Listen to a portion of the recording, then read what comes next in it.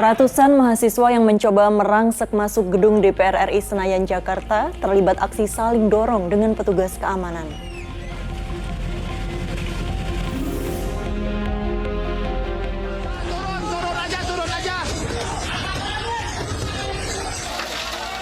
Kepanikan terjadi saat dua bangunan hotel di kawasan wisata Cipanas, Puncak Kabupaten Cianjur, Jawa Barat, ludes terbakar pada Jumat malam.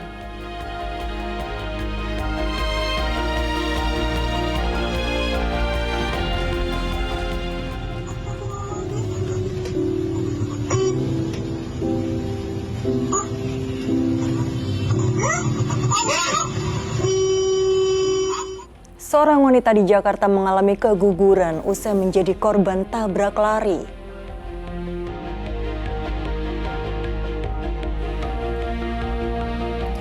Seorang pria kehilangan testis atau buah zakarnya setelah menjalani operasi prostat di sebuah rumah sakit di Pasuruan, Jawa Timur.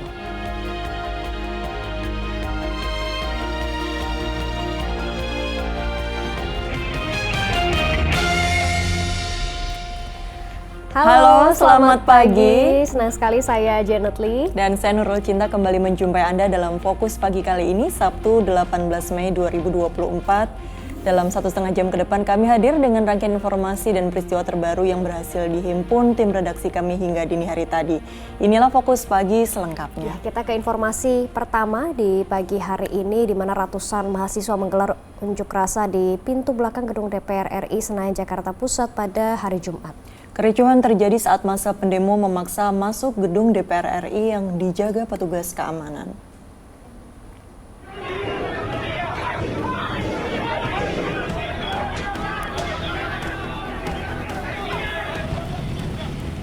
Ratusan mahasiswa yang mencoba merangsek masuk gedung DPR RI Senayan, Jakarta Pusat terlibat aksi saling dorong dengan petugas keamanan.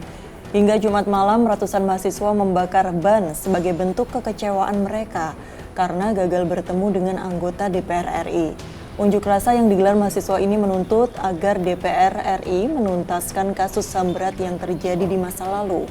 Meski sempat terjadi kericuhan, namun kondisi saat ini sudah kondusif dan mahasiswa membubarkan diri dikawal oleh aparat kepolisian.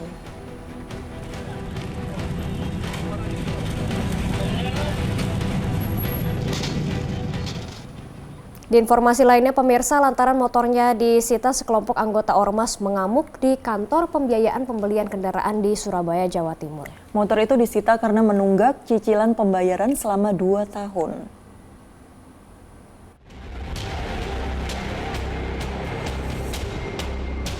Keributan terjadi di sebuah kantor pembiayaan kendaraan bermotor di Jalan Insinyur Soekarno-Hatta, Kecamatan Sukolilo, Surabaya, Jawa Timur. Sejumlah orang tidak terima karena sepeda motor mereka disita petugas kantor pembiayaan tersebut lantaran menunggak cicilan selama 2 tahun yang totalnya berjumlah 14 juta rupiah. Polisi yang mendapat laporan adanya peristiwa itu mendatangi lokasi kejadian. Namun, sejumlah orang yang mengaku anggota salah satu organisasi masyarakat malah mengamuk kepada pegawai kantor pembiayaan tersebut.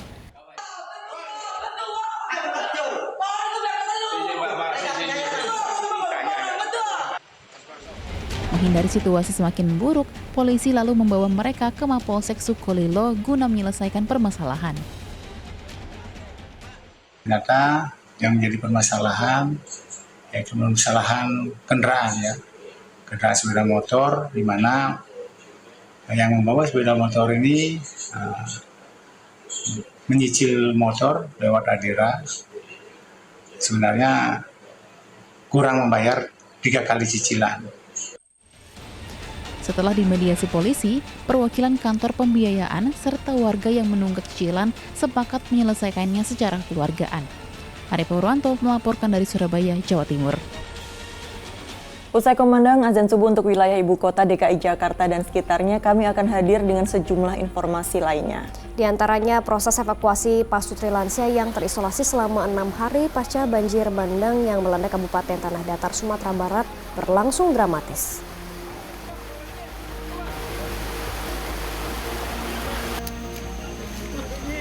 Dia lo naik baju ni. Dia buka balik baju.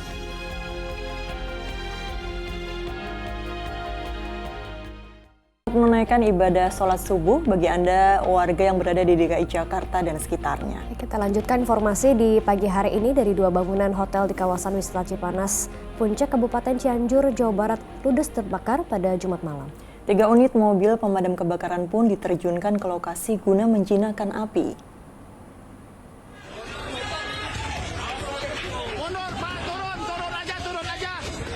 Kepanikan terjadi saat api dengan cepat menghanguskan 2 bangunan hotel di kawasan Cipanas, Kabupaten Cianjur, Jumat malam. 3 unit mobil pemadam kebakaran yang diterjunkan ke lokasi sempat kesulitan menuju lokasi kejadian karena akses jalan yang terjal. Beruntung, api berhasil dipadamkan.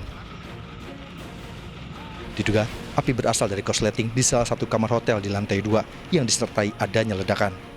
Untuk sementara dugaan penyebab kebakaran itu dari arus pendek listrik yang dimana ketika terjadi kebakaran terdengar ada letupan-letupan di atas. Mesin ledakan, banyak ledakan. Iya. Dari atap tuh ya? Ya, dari lantai 2, atap lantai 2. Tidak ada korban dalam kebakaran ini, namun kerugian ditaksir mencapai miliaran rupiah. Rendra Ghazali melaporkan dari Kabupaten Cianjur, Jawa Barat. Di informasi lainnya, pemirsa, ratusan warga yang tinggal di bawah kaki Gunung Ibu di Kabupaten Halmahera Barat, Maluku Utara dievakuasi petugas gabungan ke lokasi pengungsian pada hari Jumat. Hal ini dilakukan lantaran status Gunung Ibu naik dari level 3 atau siaga menjadi level 4 atau awas.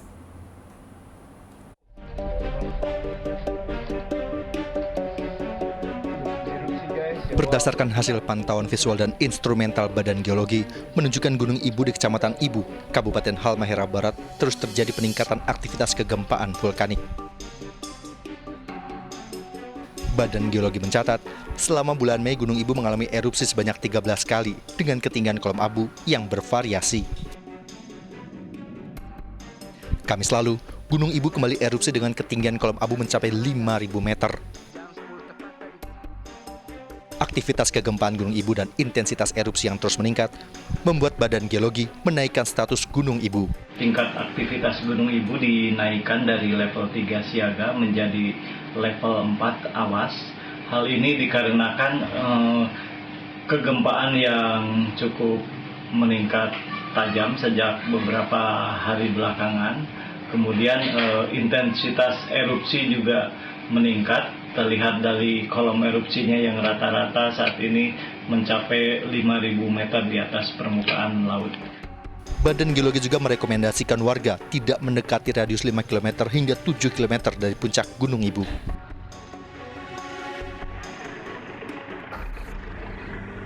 Sementara, 400 warga dari 4 desa yang tinggal di bawah kaki Gunung Ibu dievakuasi petugas gabungan ke 4 tenda pengungsian yang telah disediakan pemerintah di lapangan desa Gam Ici, Kecamatan Ibu, Kabupaten Halmahera Barat. Mitigasi yang dilakukan guna mengantisipasi terjadinya erupsi Gunung Ibu yang saat ini berstatus level 4 atau awas. 400 jiwa dari 90 KK yang untuk sementara terdata, dan kemudian masih ada lagi pengungsian menyusul yang belum tercover, dan sampai hari ini untuk sementara masih ada yang berdiam diri. Abu vulkanik erupsi Gunung Ibu mengarah ke utara dan timur laut. Juhri Samaneri melaporkan dari Kabupaten Halmahera Barat, Maluku Utara. Beralih ke informasi lain, puluhan rumah terendam banjir usai hujan deras mengguyur wilayah Tangerang Selatan, Banten. Petugas Badan Penanggulangan Bencana Daerah Tangerang Selatan langsung mendistribusikan bantuan kepada korban banjir. 70 rumah di Gang Bungur, Pisangan, Tangerang Selatan terendam banjir hingga ketinggian 50 cm Jumat malam setelah wilayah ini diguyur hujan deras. Diduga buruknya sistem drainase menjadi penyebab kawasan ini kerap dilanda banjir. Tiap hujan banjir. Tapi waktu belum ada migasan bangun itu lancar airnya, paling sebentar. Ini dibikin saluran tapi Berarti drainasenya disempitin kayak gitu ya? Kayak kecilin? Tinggiin. Tinggiin. Kalau saluran lagi dilebarin, kemarin udah demo itu dilebarin, tapi ternyata masih dangkal gitu loh. Itu lebih parah lagi daripada yang sebelum migasan. BPBD Tangerang Selatan langsung mendatangi lokasi dan mendistribusikan bantuan kepada para korban banjir. Warga berharap kepada pihak terkait untuk segera memperbaiki sistem drainase yang ada agar banjir tak kembali terjadi. Syahbudin Atar melaporkan dari Tangerang Selatan, Banten. Banjir di hulu Sungai Mahakam, Kalimantan Timur meluas. Banjir yang merendam sejumlah kecamatan di Kabupaten Mahakam Ulu kini mulai menggenangi kawasan Tering di Kabupaten Kutai Barat. Polisi di Kampung Jelemuk, Kecamatan Tering, Kabupaten Kutai Barat terpaksa harus berenang untuk menyalurkan bantuan kepada korban banjir. Banjir dengan ketinggian lebih dari 1 meter ini merupakan kiriman dari Kabupaten Mahakam Ulu. Debit air yang terus meninggi membuat warga mengungsi ke tempat aman. Kondisi serupa juga terjadi di Kecamatan Long Iram. Luapan air dari wilayah hulu Sungai Mahakam itu mulai merendam permukiman. Warga yang bertahan di rumahnya berharap banjir segera surut.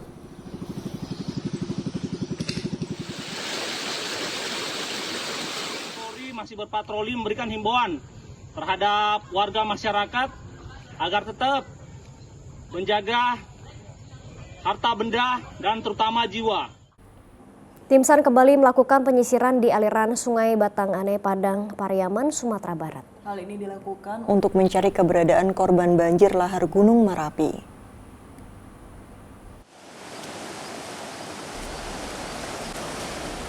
Tim SAR gabungan Jumat siang kembali menyisir aliran Sungai Batang Anai di Padang Pariaman, Sumatera Barat untuk menemukan korban banjir bandang lahar Gunung Merapi. Menggunakan alat seadanya, tim SAR membalikan batu-batu berukuran sedang di sungai itu untuk memastikan ada atau tidaknya korban. Selain di aliran sungai, petugas juga menyisir bantaran sungai untuk menemukan para korban. Nah, pada saat terjadinya banjir dan air bah tersebut, itu volume air jauh lebih tinggi dan meningkat. Jadi di sepanjang aliran sungai, di pinggiran sekian puluh meter kiri kanan kami menyisir. Tercatat 18 korban di Kecamatan 2x11 Kayu Tanam, 12 diantaranya sudah ditemukan dan 6 lainnya masih dalam pencarian. Laude Johardio Anse melaporkan dari Padang Pariaman, Sumatera Barat. Pasutri lansia terisolasi selama 6 hari pasca banjir bandang yang melanda Kabupaten Tanah Datar, Sumatera Barat. Proses evakuasi pun berlangsung dramatis pada Jumat malam.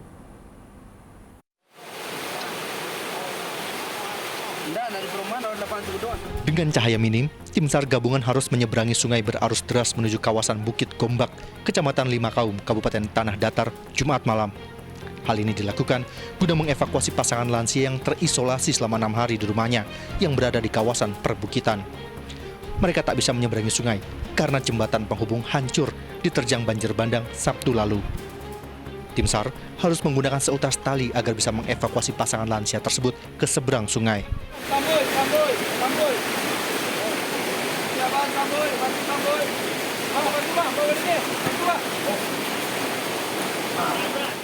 Kita mendapat informasi dari menantunya beliau bahwa mertua beliau terkurung di rumah, tidak bisa menyeberang karena debit air makin tinggi, dan melapor ke posko utama. Alhamdulillah dengan kekuatan tim dibantu dengan unsur TNI Polri, alhamdulillah korban berhasil kita evakuasi kedua-duanya dalam keadaan selamat.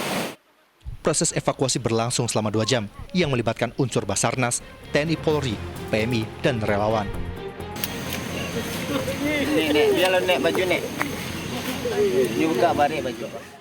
Kedua pasutri lansia itu langsung dibawa ke Rumah Sakit Umum Daerah Batu Sangkar untuk menjalani pemeriksaan karena sang suami memiliki riwayat sesak napas, sedangkan istrinya masih syok setelah dievakuasi.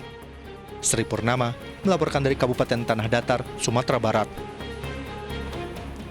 Sebuah truk nyaris tertimbun tebing longsor saat sedang melintas di kawasan Sitinjau Laut, Kota Padang, Sumatera Barat. Peristiwa itu sempat mengakibatkan kemacetan panjang.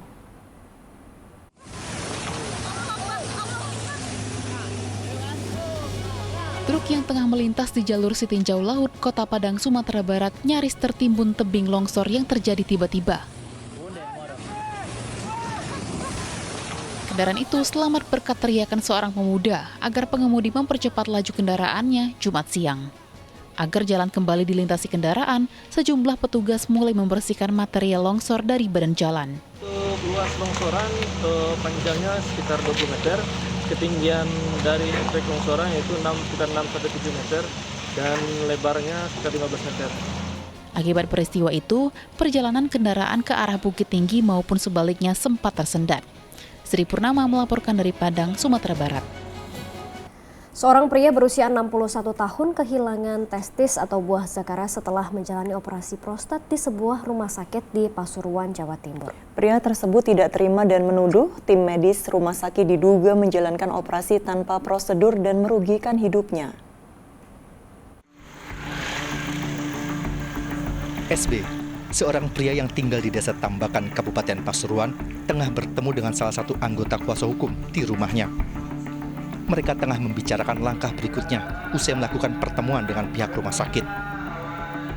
Pertemuan untuk mengklarifikasi kasus hilangnya testis atau buah zakar milik SB saat operasi. Pria 61 tahun itu tak terima setelah pihak rumah sakit di Bangil mengangkat 2 buah zakar atau testisnya saat operasi prostat yang dilakukan tahun 2022 lalu. Akibat kehilangan testis, SB mengalami impotensi. Kehidupan rumah tangga yang baru 3 bulan dibinanya menjadi tak harmonis. SB telah menikah lagi usai kematian istri pertamanya 8 bulan lalu. Pria tersebut tak mampu memberikan nafkah batin kepada istri barunya. Saya operasi keempat terakhir 1 minggu, saya pulang ke Banten karena istri saya meninggal di sini. Pulang ke Banten, saya mandi di musola. Pas saya pegang ini, loh kok ada benang ini? Saya ngambil kaca, saya guntingi, ternyata jahitan. Saya pegang, loh pelisiran saya kok nggak ada. Kok bagaimana ini, operasi ini, kok nggak memberitahu saya? Hah? Yang bertanggung jawab siapa? Sebelumnya, pasien bersama kuasa hukum telah mendatangi manajemen rumah sakit untuk meminta klarifikasi. Kalau memang dari sana ada tanda tangan, ya bukti kita cek dulu apa benar tanda tangannya beliau apa tidak. Karena menurut hukum, undang-undang yang mengaturnya tentang masalah organ, apabila organ diambil seseorang atau dilakukan medis, harus perizinan yang bersangkutan, bukan keluarganya, kecuali meninggal, baru keluarganya yang bertanggung jawab. Sementara itu, melalui wakil direkturnya, manajemen rumah sakit membenarkan telah mengangkat testis pasien karena terdiagnosis mengalami kanker prostat. Tanggal 31 Mei memang kontrol lagi, memang positif ya, kita periksa semuanya memang ada positif kanker prostat. Sehingga untuk tindakan penyelamatan nyawanya, ya, lalu tanggal 2 Juni 2022, tapi mungkin setelah 2 tahun yang lalu. Dengan tujuan indikasi medis menyelamatkan nyawanya, pilihannya adalah dengan dilakukan pengambilan buah zakar atau testis atau namanya orkidektomi. Tujuannya untuk supaya kanker prostat tadi tidak tambah berat. Soalnya kalau memberat bisa menyebar sekitar kandung kencing, juga bisa menyebar ke otak, ke tulang dan sebagainya, sehingga itu akan sampai ke sana akan mengancam nyawanya. Hingga kini, SB masih menunggu langkah selanjutnya dari tim kuasa hukum sambil menunggu klarifikasi rekam medis dari pihak rumah sakit. Dandi Arigafur melaporkan dari Pasuruan, Jawa Timur. Pasangan suami istri yang berkendara sepeda motor menuju tempat kerjanya ditabrak sebuah mikrobus yang melaju searah di kawasan Senen, Jakarta Pusat. Alih-alih menolong, sang sopir malah kabur. Dan akibat kecelakaan itu, salah seorang korban yang luka parah kehilangan janin yang dikandungnya.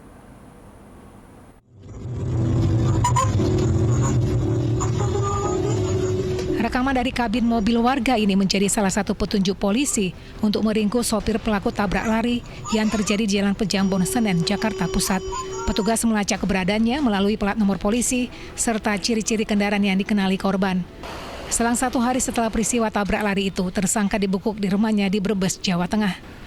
Peristiwa itu terjadi pada 15 April ketika korban diantar suaminya akan pergi bekerja di sebuah rumah sakit swasta dengan berboncengan sepeda motor. Setiba di depan kantor Kementerian Luar Negeri di kawasan Pejambon, tersangka yang mengemudikan mikrobus menabrak korban dan suaminya. Akibatnya korban mengalami luka parah di kepala. Selain itu korban yang sedang hamil 5 bulan kehilangan janinnya karena mengalami keguguran. Kedua kendaraan tersebut berjalan dari arah utara ke selatan di Jalan Pejambon, mengakibatkan pengendara sepeda motor, pengemudi maupun pemboncengan mengalami luka-luka. Setelah kejadian tersebut, pengendara kendaraan roda 4 meninggalkan TKP, melarikan diri. Kemudian dari pihak pengendara maupun pemboncengan sepeda motor mengalami luka, ditolong oleh masyarakat ada di sekitar TKP. Atas perbuatannya, tersangka dijerat pasal berlapis dengan Undang-Undang Lalu Lintas dan Jalan Raya dengan ancaman pidana maksimal 3 tahun penjara. Abdul Haris melaporkan dari Jakarta. Diduga sopir mengantuk truk hilang kendali dan menggilas seorang pemotor perempuan di Pangkep, Sulawesi Selatan. Korban tewas ketika sementara di Kabupaten Toba, Sumatera Utara. Bus pariwisata hantam sejumlah pejalan kaki dan terguling. Di jalan lintas Medan ke Tarutung, 2 orang tewas ketika.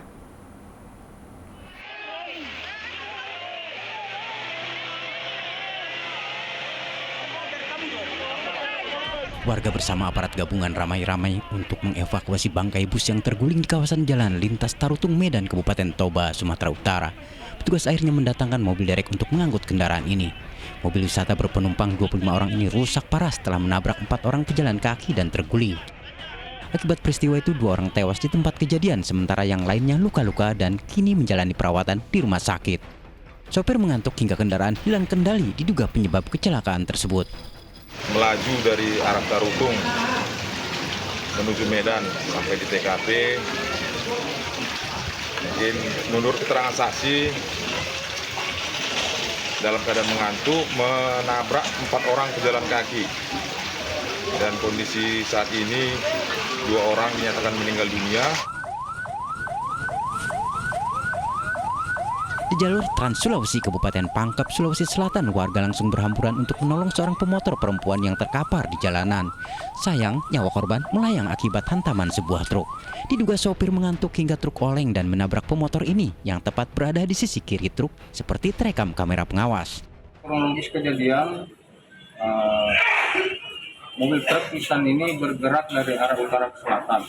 Dia menyerempet sebuah sepeda motor Yamaha Hino yang dikendarai perempuan Rizky Awalia. Sementara di Warung Gunung, Kabupaten Lebak, Banten, sebuah mobil truk menabrak truk lainnya yang sedang terparkir di Jalan Raya Rangkas Bitung, Pandeglang. Akibat kejadian ini, selain kendaraan rusak berat, seorang kernet truk tewas seketika setelah terjepit kabin kendaraan. Diduga sopir mengantuk hingga tak bisa menghindari truk tronton yang berada di depan menjadi pemicu kecelakaan. Tim Liputan melaporkan. Satlantas Polres Nganjuk melakukan penindakan ke sejumlah bus yang melaju tidak sesuai marka jalan. Pasca beredarnya video sebuah bus antar kota antar provinsi yang melaju ugal-ugalan di jalan. Petugas menindak sopir bus dengan memberikan sanksi tilang.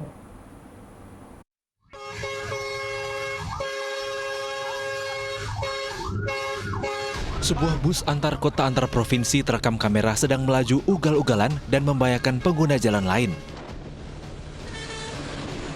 Meski kejadiannya tidak berlangsung di Kabupaten Nganjuk, masih terdapat bus melaju dengan ugal-ugalan dan tidak sesuai marka jalan. Jajaran kepolisian Satlantas Polres Nganjuk melakukan patroli Jumat siang untuk menertibkan bus ugal-ugalan serta melanggar marka. Setelah mengetahui adanya pelanggaran, petugas memberhentikan sejumlah bus.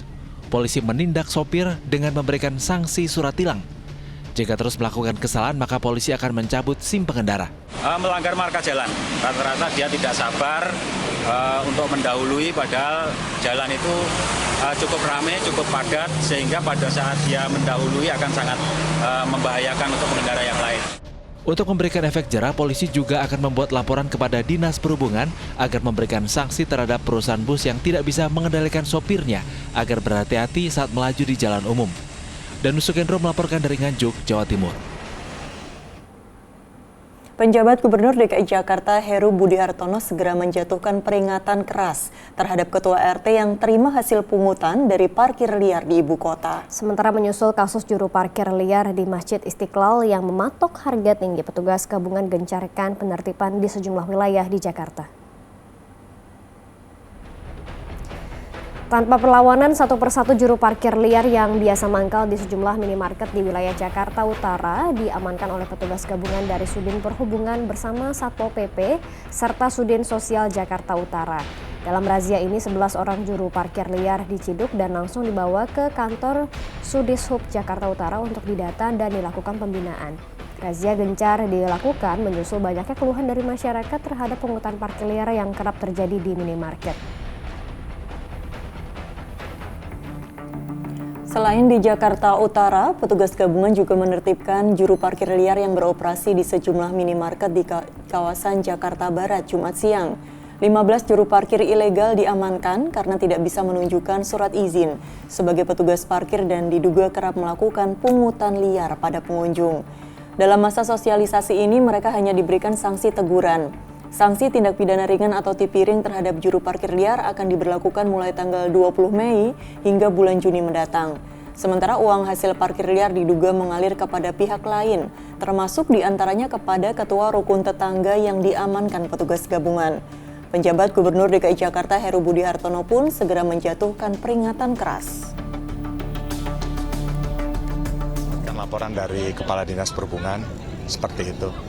Ya, nanti melalui mekanisme di sini ada Pak Aspem, mekanisme Pak Lurah dipanggil RT-nya atau ada RW juga, ya diberi peringatan. Ya tentunya ada di Perda kan ada. Kita menegakkan Perda, ada aturan-aturan semuanya.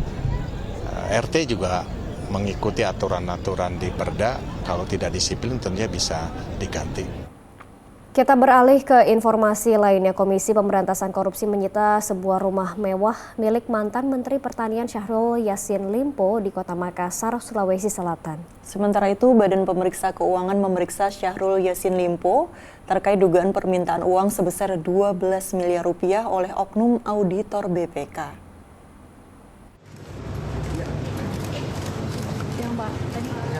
Pemeriksaan terhadap mantan Menteri Pertanian Syahrul Yassin Limpo oleh Badan Pemeriksa Keuangan atau BPK dilakukan di Gedung Merah Putih Komisi Pemberantasan Korupsi Jumat siang.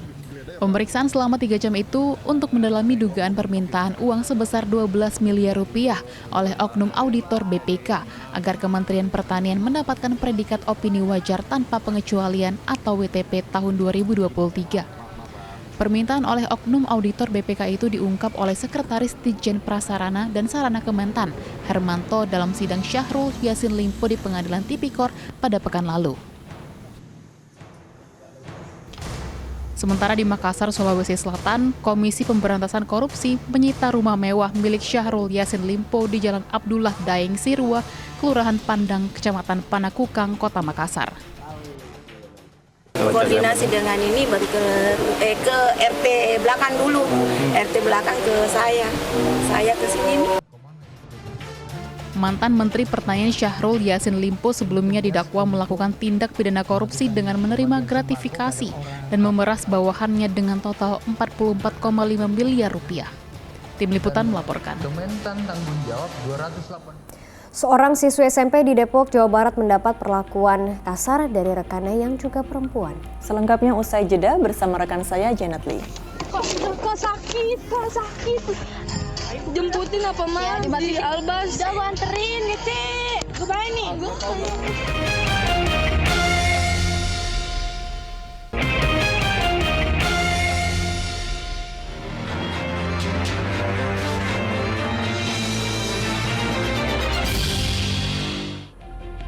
Anda kembali di Fokus Pagi bersama saya, Janet Lee.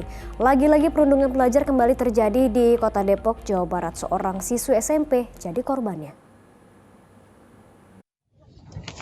Kok sakit. Jemputin apa mas di Albas? Dari rekaman video yang beredar di media sosial, seorang siswi SMP yang sedang duduk di atas motor sambil menelpon seseorang mendapat perlakuan kasar dari rekannya yang juga perempuan. Korban tidak melawan dan hanya memohon ampun dan ia meringis kesakitan. Pihak sekolah memastikan kasusnya dalam penanganan kepolisian termasuk penyelidikan terhadap perekam dan penyebar rekaman videonya. Sekolah A dan sekolah B. Tapi benar itu terduga pelakunya siswa SMP Wirabuana? Ya, artinya kalau untuk si anak itu memang ini sebenarnya teman sih ya. Artinya main dia karena memang chatting gara-gara chatting seperti itu. Berapa siswa sih Pak yang terduga pelaku dari SMP WB sendiri? Kalau siswa kita 2. Kejadian kemarin itu di 2 dugaan kita. Jadi kemarin tepatnya jam 4, letaknya di Ulah Jagal, itu ada kejadian yang melibatkan daripada siswa kita. Jadi yang benar adalah Al-Basariah, SMP Al-Basariah itu yang menjadi korban. Ada 3 siswa kita, jadi yang jadi korban itu 1 nama. Hingga saat ini kedua kelompok siswi yang terlibat perundungan itu masih menjalani pemeriksaan Unit Perlindungan Perempuan dan Anak Polres Metro Depok. Nahyudi melaporkan dari Depok, Jawa Barat. Sekelompok pemuda menyerang warga di sebuah permukiman di Kota Medan, Sumatera Utara. Aksi penyerangan bersenjata tajam itu setelah warga mencoba melerai tawuran di dekat tempat tinggal mereka. Rekaman CCTV ini menunjukkan sekelompok geng motor menyerang warga di Jalan Pematang Johar, Gang Keluarga, Kota Medan, Sumatera Utara. Dengan menggunakan celurit berukuran panjang, geng motor itu melakukan serangan brutal terhadap orang yang ditemuinya di permukiman itu. Awalnya terjadi tawuran di jalan raya dekat permukiman tersebut. Karena terganggu dengan keributan itu, sejumlah warga lalu membubarkannya. Diduga tak senang dilerai, sejumlah anggota geng motor masuk ke gang dalam permukiman dan melakukan penyerangan. Mereka ada tawuran, warga kita melihat gak lama mereka mengejar masuk kemari. Ada berapa banyak geng motor? Dari warga hanya melihat, ya mungkin mengusir di grand, jadi mungkin mereka nggak senang, ya bisa langsung lari. Tidak ada korban jiwa, namun warga khawatir akan keselamatan mereka dan berharap polisi dapat meringkus geng motor yang meresahkan masyarakat. Muhammad Hamdani melaporkan dari Medan, Sumatera Utara. Kematian misterius seorang pria yang jasadnya ditemukan di Kalisodong, Jakarta Timur akhirnya dapat terungkap. Korban dianiaya hingga tewas oleh kawanan begal yang berpura-pura menjadi penagih utang.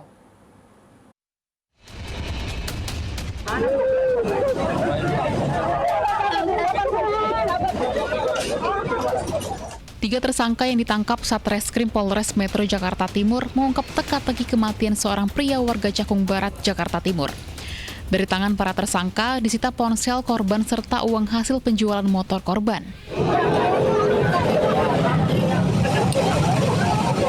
Jenazah korban ditemukan dalam keadaan mengenaskan di Kalisodong, Pulau Gadung, Jakarta Timur pada 13 Mei 2024. Sebelumnya, pria berusia 38 tahun itu diadang 5 pria di kawasan Kalimalang, Jakarta Timur. Tersangka berlagak sebagai penagih utang dengan menanyakan cicilan motor yang belum dibayar. Korban lalu dibawa ke tempat yang sepi di Rawamangun, Jakarta Timur. Tersangka lalu memaksa agar korban memberikan motornya. Namun karena ditolak, tersangka menganiaya pria itu dan mendorongnya ke Kalisodong. Korban tewas akibat terhirup air. Akhirnya pelaku emosi dan pelaku menendang dan mendorong korban ke Kali Sunter, dan pada saat itu di dalam Kali Sunter itu ada beton-beton yang di pinggir kali sehingga kepala korban mengenah beton itu. Polisi kini masih memburu 2 orang lagi yang terlibat pembunuhan ini. Salah seorang diantaranya berperan sebagai penadah motor korban. Sementara ketiga tersangka terancam pidana maksimal 15 tahun penjara karena dugaan melakukan pembunuhan. Triwibowo melaporkan dari Jakarta.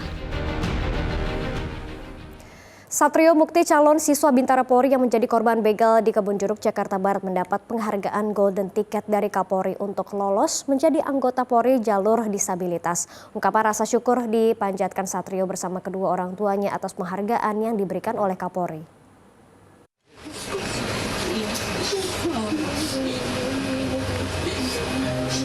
Satrio Mukti sujud syukur di kaki ibundanya.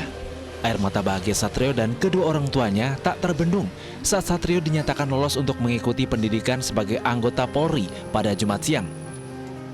Kabar bahagia ini diterima keluarga usai pemberian penghargaan berupa Golden Ticket dari Kapolri Jenderal Listio Sigit kepada Satrio Mukti, yang merupakan casis Bintara Polri yang menjadi korban begal saat akan mengikuti tes penerimaan Bintara Polri di sekolahnya. Harus jujur, kedua berani, ya jujur nomor 1, jangan lupa sholat, itu buat fondasi hidup kamu. Ya. Kondisi jari tangan Satrio yang putus akibat melawan 3 begal sempat membuat atlet karateka ini patah arang lantaran tak bisa lagi mencalonkan diri sebagai anggota Polri.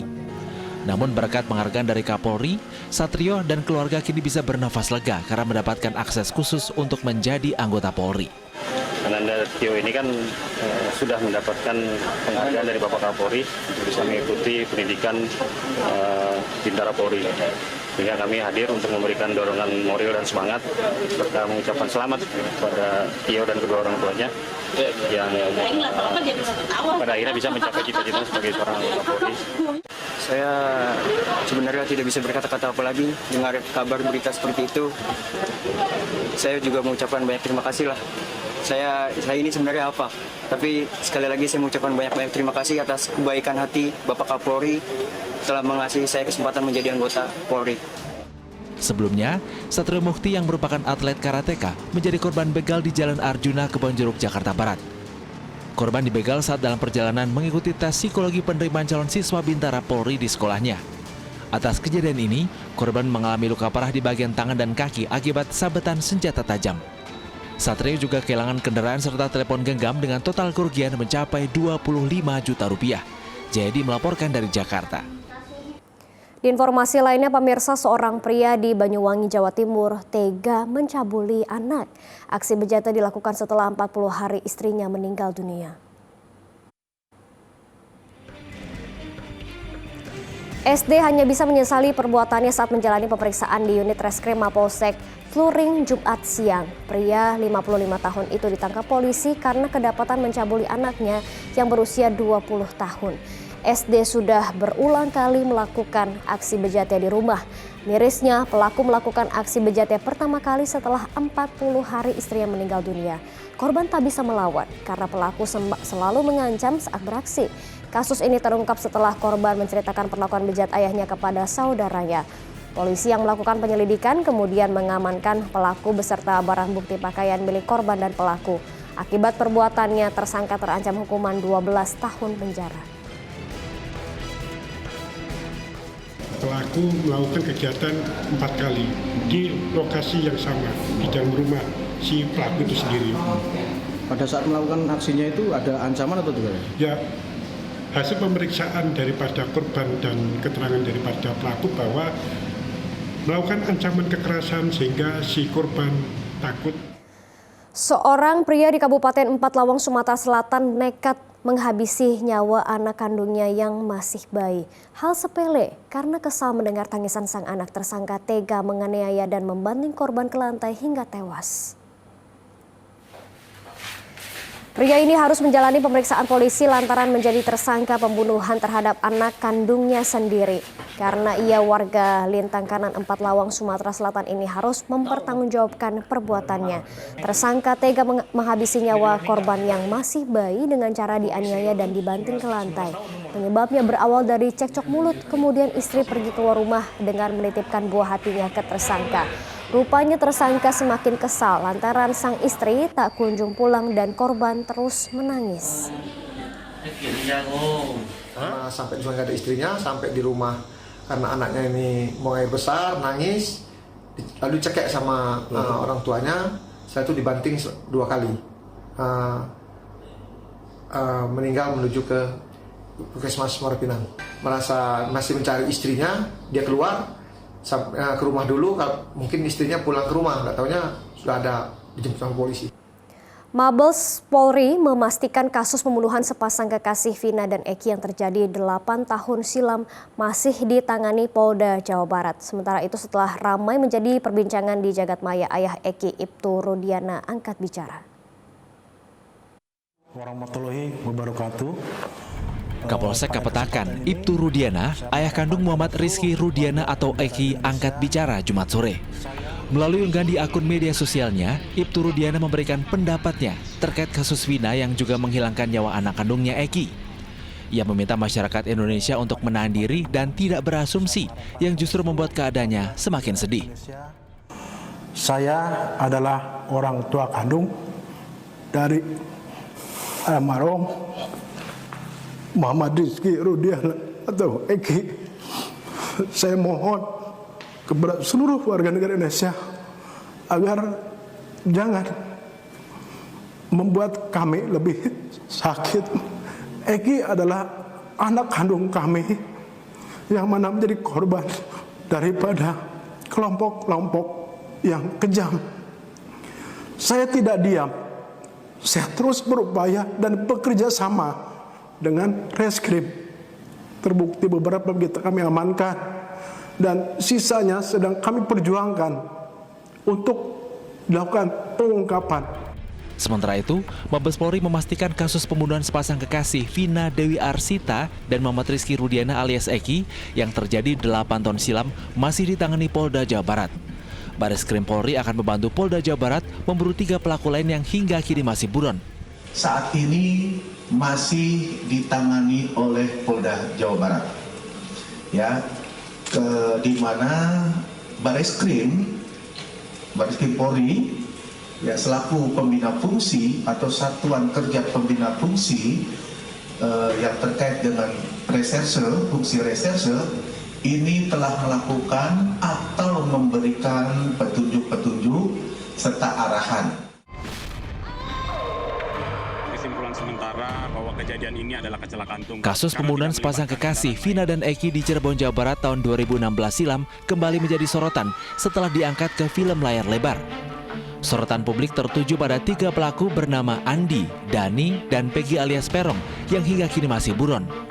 7 dari 8 pelaku telah divonis umur hidup pada tahun 2017. 1 pelaku yang masih di bawah umur divonis 8 tahun 3 bulan karena dipaksa pelaku lain untuk menyiksa kedua korban. Tim Liputan melaporkan. Di peristiwa lainnya, pemirsa, polisi tetapkan 2 orang aktor sebagai tersangka kasus penyalahgunaan narkotika jenis ganja. Dalam gelar perkara, polisi tak menghadirkan Epi Kusnandar lantaran tengah menjalani pengobatan di Rumah Sakit Ketergantungan Obat Cibubur, Jakarta Timur. Kepolisian Satres Narkoba Polres Metro Jakarta Barat resmi menetapkan 2 aktor yang ditangkap Kamis pada 9 Mei, Epi Kusnandar dan Yogi Kembles sebagai tersangka penyalahgunaan narkotika jenis ganja. Penetapan tersangka ini atas dasar barang bukti narkoba dan pemeriksaan urin. Epi Kusnandar tak hadir di hadapan media karena tengah menjalani pengobatan di Rumah Sakit Ketergantungan Obat Cibubur, Jakarta Timur.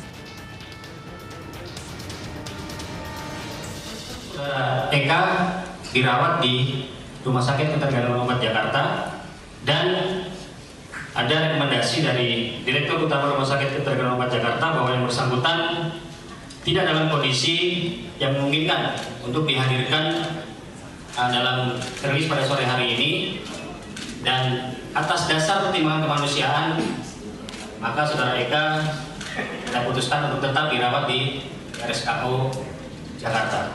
Dan nantinya akan kita lakukan proses rehabilitasi. Anak-anak yang akan mengaji ketakutan saat 2 kelompok remaja terlibat tawuran dengan senjata tajam di Gang Sempit, Matraman, Jakarta Timur. Selengkapnya usai jeda, tetaplah di Fokus Pagi.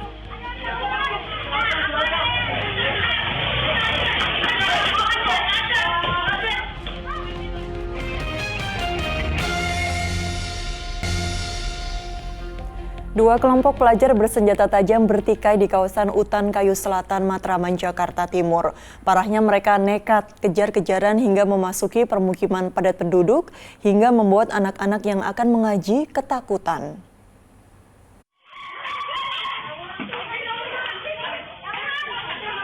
Dari rekaman kamera pengawas tampak 2 kelompok pelajar saling serang dengan senjata tajam dan sejumlah benda berbahaya lainnya di sebuah gang sempit di Utan Kayu Selatan, Matraman, Jakarta Timur, Jumat sore. Mereka nekat tawuran tanpa peduli ada anak-anak yang sedang menunggu waktu untuk mengaji. Akibatnya anak-anak ini pun ketakutan. Saya sih anak sekolah deh. Saya lagi gendong cucu saya di sini. Saya duduk, saya curiga ada motor merah di situ. Iya. Itu nggak lama dari sana nyerang pakai pelurit, lari dia kenceng situ. Saya kan panik megang cucu, karena gue nyerang juga, kemudian ada saudara saya juga tuh keluar. Warga harus berjibaku untuk membubarkan mereka. Dugaan sementara saling ejek antar kelompok pelajar menjadi pemicu pertikaian tersebut. Triwibowo melaporkan dari Jakarta. Seorang pria di Surabaya, Jawa Timur ditangkap anggota Ditreskrimsus Polda Jawa Timur lantaran selama 10 tahun diduga meneror seorang wanita akibat cintanya ditolak. Aksi teror dilakukan di media sosial dengan membagikan foto tak senonoh dan mengancam korban. AP, seorang pria berusia 30 tahun warga Kebraun, Surabaya, Jumat siang ditangkap anggota Subdit 5 Siber di Treskrimsus Polda Jawa Timur. Ia diduga melakukan aksi teror terhadap seorang wanita berusia 27 tahun. Aksi teror dilakukan selama 10 tahun oleh pelaku lantaran cintanya ditolak oleh korban.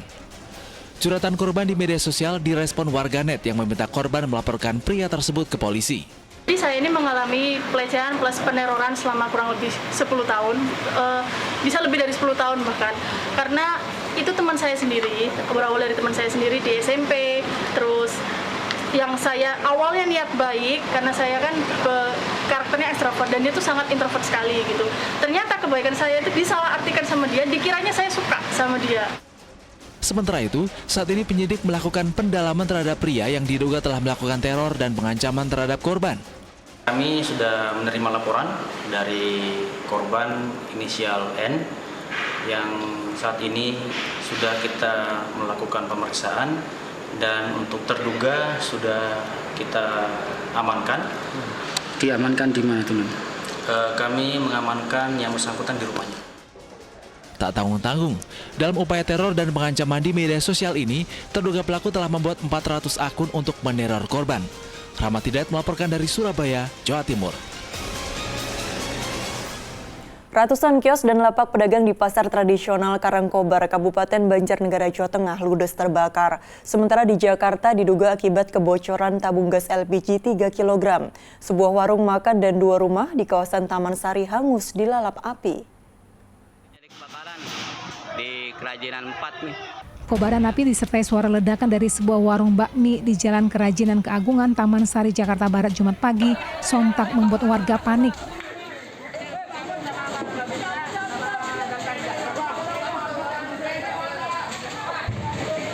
Dua rumah warga yang bersebelahan dengan warung bakmi turut dilahap si jago merah. Petugas pemadam kebakaran dari Sudin Gul Karmat, Jakarta Barat mengerahkan 14 mobil damkar untuk memadamkan api. Api berhasil dikuasai setelah 1 jam kemudian. Diduga api berasal dari kebocoran tabung gas LPG 3 kg saat pemilik warung sedang memasak. Akibatnya korban mengalami luka bakar dan langsung dilarikan ke Puskesmas Keagungan untuk mendapatkan pertolongan medis.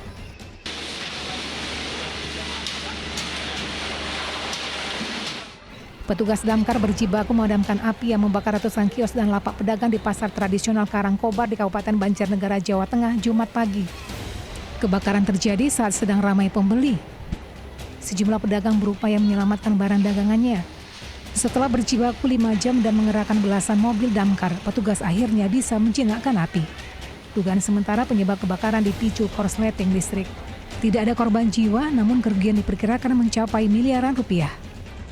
Ada kurang lebih sekitar 600 sampai 700-an petak. Jadi sekitar kurang lebih di bawah 7 petak itu baik los kios maupun emprak yang ada di sini, dan ini adalah los B bagian dari total pasar Karangkobar. Tim Liputan melaporkan. Polisi menetapkan 14 tersangka atas ledakan balon udara yang menewaskan 1 orang di Ponorogo, Jawa Timur. 7 orang ditahan karena sudah dewasa dan sisanya wajib lapor karena masih di bawah umur. Kasus balon udara tanpa awak yang berujung maut di Dukuh Meneng Tengah, Ponorogo, polisi menetapkan 14 orang sebagai tersangka. Dari 14 tersangka, 7 diantaranya dewasa dan 7 lainnya di bawah umur. Tersangka dewasa termasuk oknum perangkat desa langsung jalani penahanan. Sisanya yang masih di bawah umur wajib lapor selama proses penyelidikan. Penetapan ini berdasarkan hasil pemeriksaan, polisi mendapati 20 orang turut serta patungan dana untuk membuat balon udara yang kemudian meledak hingga menewaskan seorang remaja. 7 dewasa dan 7 masih dalam kategori anak-anak. Maka dalam sistem peradilannya memang berbeda, dari anak-anak dilimpahkan ke unit PPA yang menangani penyidikannya, kemudian yang dewasa ditangani oleh unit 1 tindak pidana umum. Edarkan sabu-sabu seorang sopir truk di Kabupaten Pasaman Barat, Sumatera Barat diringkus. Polisi mengamankan barang bukti 13 paket sabu-sabu siap edar dari tangan tersangka. Kami dari Polres. Bisa dia, Bang? Halah. Bisa dia, Bang? Bisa. Sopir truk bernama Ricci ini tak berkutik saat diringkus aparat Satres Narkoba Polres Pasaman Barat. Lelaki 37 tahun itu disergap di tengah jalan saat hendak mengedarkan sabu-sabu di kawasan Jorong Kapar Selatan, Kecamatan Luhak Nanduo, Pasaman Barat, Sumatera Barat. Saat penggeledahan, polisi menemukan barang bukti 13 paket sabu-sabu siap edar yang disembunyikan dalam saku celana terduga pelaku. 1, 2, 3, sampai 5, 6, 7, 8, 9, 10, 11, 12, 13 ya. Selain sabu-sabu, petugas juga menyita sebuah alat pencetak sabu-sabu, timbangan, ponsel, serta uang tunai. Ia pun langsung digelandang ke kantor polisi untuk pemeriksaan mendalam. Pada saat informasi penyelidikan, petugas menemukan yang bersangkutan ada di jalan terpantau. Kemudian diamankan dan ditemukan barang bukti padanya yang 13 paket tersebut. Kemudian dilakukan pengembangan untuk penyelidikan. Di geledah rumahnya ditemukan 4 bungkus sedang. Buah dari perbuatannya itu, tersangka terancam hukuman di atas 5 tahun penjara. Laude Juardio Anse melaporkan dari Kabupaten Pasaman Barat, Sumatera Barat. Unjuk rasa jurnalis yang menolak draft Undang-Undang Penyiaran berlangsung di sejumlah wilayah. Di Pamekasan, Jawa Timur berlangsung unjuk rasa menolak draft Undang-Undang Penyiaran yang sedang dibahas di DPR RI. Salah satunya terkait pasal pelarangan penayangan jurnalisme investigasi. Aksi unjuk rasa menolak isi draft Undang-Undang Penyiaran ini digelar di depan kantor DPRD Kabupaten Pamekasan, Jawa Timur pada Jumat siang. Aksi ini merupakan kritik terhadap ketentuan larangan penayangan jurnalisme investigasi secara eksklusif. Muatan pasal larangan tersebut tumpang tindih dengan Undang-Undang Pers Nomor 40 Tahun 1999 yang telah menjamin bahwa terhadap pers nasional tidak dikenakan penyensoran, pemberedelan, atau pelarangan penyiaran. Puluhan jurnalis ini meminta kepada anggota DPRD Pamekasan untuk menyampaikan tuntutan mereka kepada DPR RI. Pertama, kami menolak revisi UU ya tentang penyiaran nomor 32 tahun 2002. Kami sangat mengecam keras ya atas rencana DPR RI yang mau revisi undang-undang ini karena revisi ini akan memandulkan langkah-langkah kami sebagai profesi jurnalis. Itu yang menjadi catatan. Yang kedua, ketika ada sengketa yang ada direncanakan mau dialihkan ke KPI itu juga sangat berdampak nantinya menjadi gejolak baru di profesi ini. Aksi penolakan terhadap rancangan Undang-Undang Penyiaran juga terus disuarakan oleh kalangan jurnalis di Jember, Jawa Timur. Puluhan jurnalis melakukan aksi jalan mundur sebagai simbol kemunduran kemerdekaan pers. Aksi berlangsung tertib dan ditutup dengan penempelan poster tuntutan di pagar halaman kantor DPRD Jember. Tim Liputan melaporkan. Laga semifinal kedua Championship Series BRI Liga 1 Bali United bertekad singkirkan Persib. Selengkapnya usai jeda.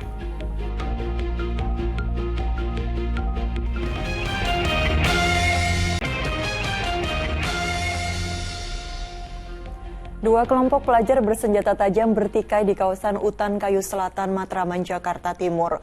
Parahnya mereka nekat kejar-kejaran hingga memasuki permukiman padat penduduk hingga membuat anak-anak yang akan mengaji ketakutan.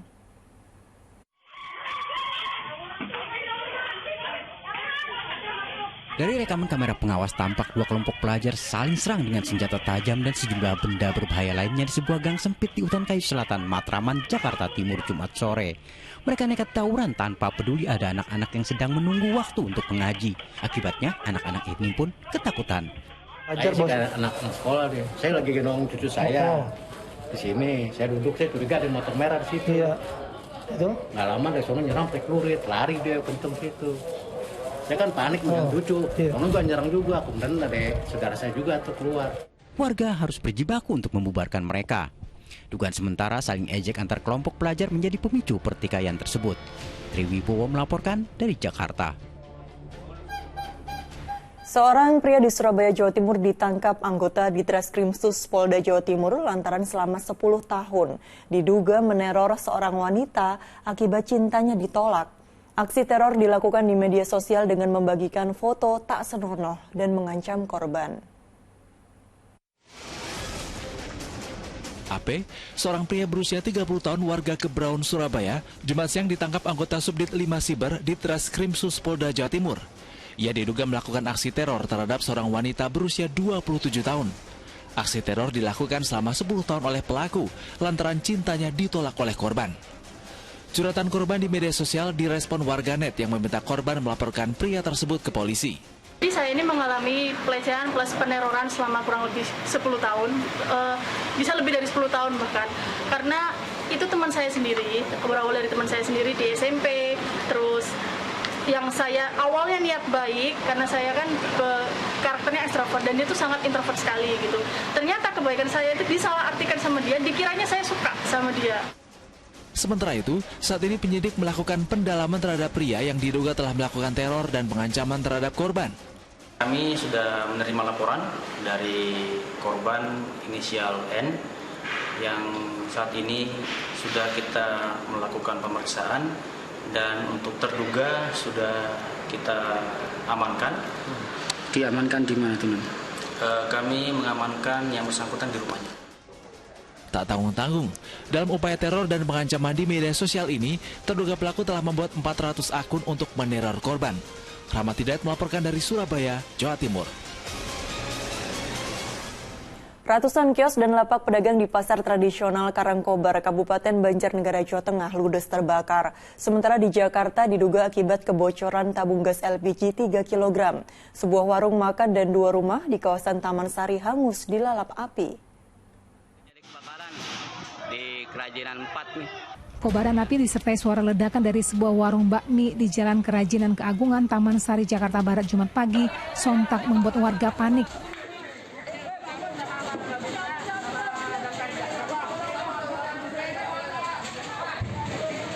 Dua rumah warga yang bersebelahan dengan warung bakmi turut dilahap si jago merah. Petugas pemadam kebakaran dari Sudin Gulkarmat, Jakarta Barat mengerahkan 14 mobil damkar untuk memadamkan api. Api berhasil dikuasai setelah 1 jam kemudian. Diduga api berasal dari kebocoran tabung gas LPG 3 kg saat pemilik warung sedang memasak. Akibatnya korban mengalami luka bakar dan langsung dilarikan ke Puskesmas Keagungan untuk mendapatkan pertolongan medis.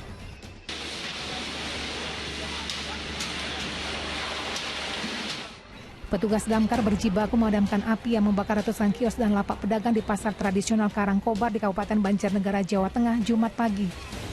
Kebakaran terjadi saat sedang ramai pembeli. Sejumlah pedagang berupaya menyelamatkan barang dagangannya. Setelah berjibaku 5 jam dan mengerahkan belasan mobil damkar, petugas akhirnya bisa menjinakkan api. Dugaan sementara penyebab kebakaran dipicu korsleting listrik. Tidak ada korban jiwa, namun kerugian diperkirakan mencapai miliaran rupiah. Ada kurang lebih sekitar 600 sampai 700-an petak. Jadi sekitar kurang lebih di bawah 7 petak itu baik los kios maupun emprak yang ada di sini, dan ini adalah los B bagian dari total pasar Karangkobar. Tim Liputan melaporkan.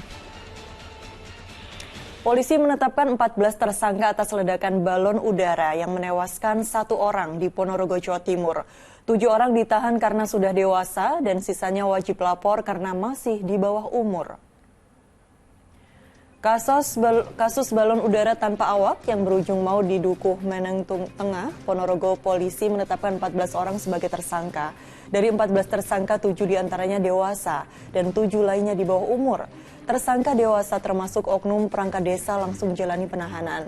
Sisanya yang masih di bawah umur wajib lapor selama proses penyelidikan. Penetapan ini berdasarkan hasil pemeriksaan, polisi mendapati 20 orang turut serta patungan dana untuk membuat balon udara yang kemudian meledak hingga menewaskan seorang remaja. 7 dewasa dan 7 masih dalam kategori anak-anak. Maka dalam sistem peradilannya memang berbeda, dari anak-anak dilimpahkan ke unit PPA yang menangani penyidikannya, kemudian yang dewasa ditangani oleh unit 1 tindak pidana umum. Edarkan sabu-sabu seorang sopir truk di Kabupaten Pasaman Barat, Sumatera Barat diringkus. Polisi mengamankan barang bukti 13 paket sabu-sabu siap edar dari tangan tersangka. Kami dari Polres, bisa dia, Bang. Halah. Bisa dia, Bang. Bisa. Sopir truk bernama Ricci ini tak berkutik saat diringkus aparat Satres Narkoba Polres Pasaman Barat. Lelaki 37 tahun itu disergap di tengah jalan saat hendak mengedarkan sabu-sabu di kawasan Jorong Kapar Selatan, Kecamatan Luhak Nanduo, Pasaman Barat, Sumatera Barat. Saat penggeledahan, polisi menemukan barang bukti 13 paket sabu-sabu siap edar yang disembunyikan dalam saku celana terduga pelaku. 1, 2, 3, sampai 5, 6, 7, 8, 9, 10, 11, 12, 13 ya. Selain sabu-sabu, petugas juga menyita sebuah alat pencetak sabu-sabu, timbangan, ponsel, serta uang tunai. Ia pun langsung digelandang ke kantor polisi untuk pemeriksaan mendalam. Pada saat informasi penyelidikan, petugas menemukan yang bersangkutan ada gejala terpantau. Kemudian diamankan dan ditemukan barang bukti padanya yang 13 paket tersebut. Kemudian dilakukan pengembangan untuk penyelidikan. Di geledah rumahnya ditemukan 4 bungkus sedang. Buah dari perbuatannya itu, tersangka terancam hukuman di atas 5 tahun penjara. Laude Juardio Anse melaporkan dari Kabupaten Pasaman Barat, Sumatera Barat. Unjuk rasa jurnalis yang menolak draft Undang-Undang Penyiaran berlangsung di sejumlah wilayah. Di Pamekasan, Jawa Timur berlangsung unjuk rasa menolak draft Undang-Undang Penyiaran yang sedang dibahas di DPR RI. Salah satunya terkait pasal pelarangan penayangan jurnalisme investigasi. Aksi unjuk rasa menolak isi draft Undang-Undang Penyiaran ini digelar di depan kantor DPRD Kabupaten Pamekasan, Jawa Timur pada Jumat siang. Aksi ini merupakan kritik terhadap ketentuan larangan penayangan jurnalisme investigasi secara eksklusif. Muatan pasal larangan tersebut tumpang tindih dengan Undang-Undang Pers Nomor 40 Tahun 1999 yang telah menjamin bahwa terhadap pers nasional tidak dikenakan penyensoran atau pelarangan penyiaran. Puluhan jurnalis ini meminta kepada anggota DPRD Pamekasan untuk menyampaikan tuntutan mereka kepada DPR RI. Pertama, kami menolak revisi UU ya tentang penyiaran nomor 32 tahun 2002. Kami sangat mengecam keras ya atas rencana DPR RI yang mau revisi undang-undang ini karena revisi ini akan memandulkan langkah-langkah kami sebagai profesi jurnalis. Itu yang menjadi catatan. Yang kedua, ketika ada sengketa yang ada direncanakan mau dialihkan ke KPI itu juga sangat berdampak nantinya menjadi gejolak baru di profesi ini. Aksi penolakan terhadap rancangan Undang-Undang Penyiaran juga terus disuarakan oleh kalangan jurnalis di Jember, Jawa Timur. Puluhan jurnalis melakukan aksi jalan mundur sebagai simbol kemunduran kemerdekaan pers. Aksi berlangsung tertib dan ditutup dengan penempelan poster tuntutan di pagar halaman kantor DPRD Jember. Tim Liputan melaporkan. Laga semifinal kedua Championship Series BRI Liga 1 Bali United bertekad singkirkan Persib. Selengkapnya usai jeda.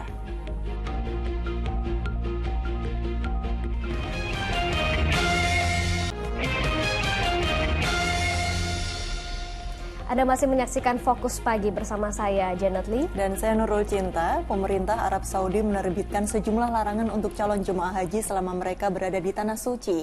Di antaranya larangan membentangkan spanduk dan bendera. Sementara satu calon jemaah haji asal Kabupaten Madiun, Jawa Timur meninggal dunia sesaat sebelum terbang ke Tanah Suci.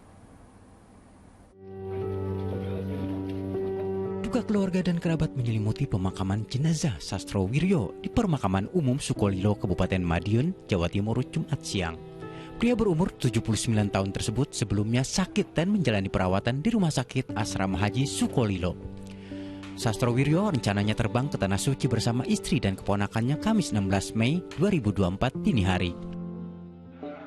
Sementara calon jemaah haji embarkasi Lombok, Nusa Tenggara Barat ramai menukarkan uang rupiah ke rial Arab Saudi menjelang keberangkatan mereka ke Tanah Suci. Jemaah sengaja menukar uang lebih awal agar tidak mengganggu ibadah setibanya di Tanah Suci dan tidak merepotkan saat berbelanja kebutuhan selama berhaji. Sementara itu, di embarkasi Surabaya, Jawa Timur, pejabat Kementerian Agama RI menggelar pemantauan dan evaluasi pelayanan haji. Hasilnya pelayanan haji di embarkasi Surabaya terlalu lama sehingga mengurangi waktu istirahat calon jemaah. Di embarkasi Surabaya kita masih melihat terkait awal kedatangan kan ada dua. Nah, ini mau kita lihat bagaimana nanti tatkala jamaah datang untuk pelayanan satu atap ini bisa berjalan dengan baik sehingga perlu ada beberapa yang ditata kembali. Sedangkan pemerintah Arab Saudi menerbitkan sejumlah peraturan yang harus menjadi perhatian calon jemaah haji Indonesia saat berada di kawasan Masjid Nabawi, Madinah maupun Masjidil Haram, Makkah. Di antaranya larangan untuk membentangkan spanduk dan bendera. Anggota tim Media Center Kementerian Agama Widi Dwinanda juga memastikan adanya larangan lainnya seperti merokok di kawasan masjid dan tempat tertentu. Tim Liputan melaporkan. Gabungan Satuan Tugas TNI Polri gelar Tactical Floor Game dalam rangka pengamanan KTT World Water Forum ke-10 yang akan digelar di Bali. Acara ini akan dihadiri 33 negara peserta. Jelang konferensi tingkat tinggi World Water Forum ke-10 yang akan dilaksanakan pada tanggal 18 sampai 25 Mei 2024 mendatang, berbagai persiapan terus dilakukan. Salah satunya persiapan pengamanan TNI Polri yang menggelar Tactical Floor Game di Gedung Yudomo Prajaraksana Kapuan, Denpasar, Bali. Hal ini dilakukan guna mengamankan tamu-tamu VVIP dan VIP peserta WWF 2024. Acara ini pun dipimpin langsung oleh Menteri Koordinator Bidang Kemaritiman dan Investasi Luhut Binsar Panjaitan, serta dihadiri Panglima TNI Jenderal Agus Subianto dan Kapolri Jenderal Listio Sigit Prabowo. Kegiatan DJF sebagai wahana koordinasi dalam perencanaan operasi agar masing-masing satgas mengetahui tugas dan tanggung jawab untuk menyukseskan dan mendukung berjalannya kegiatan KTT World Water Forum.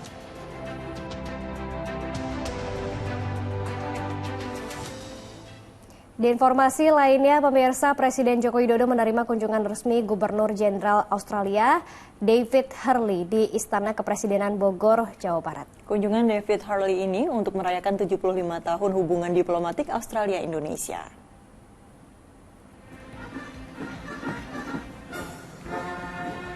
Presiden Joko Widodo menyambut Gubernur Jenderal Australia David Hurley di Istana Bogor, Jawa Barat pada Jumat pagi. Penyambutan dengan diiringi pasukan berkuda dan korps musik pasukan pengamanan Presiden. Selain itu, prosesi penyambutan dilanjutkan dengan upacara penyambutan kenegaraan dengan diperdengarkannya lagu kebangsaan kedua negara dan diiringi dentuman meriam. Pertemuan dengan Jokowi kali ini sebagai salah satu rangkaian untuk merayakan 75 tahun hubungan diplomatik kedua negara.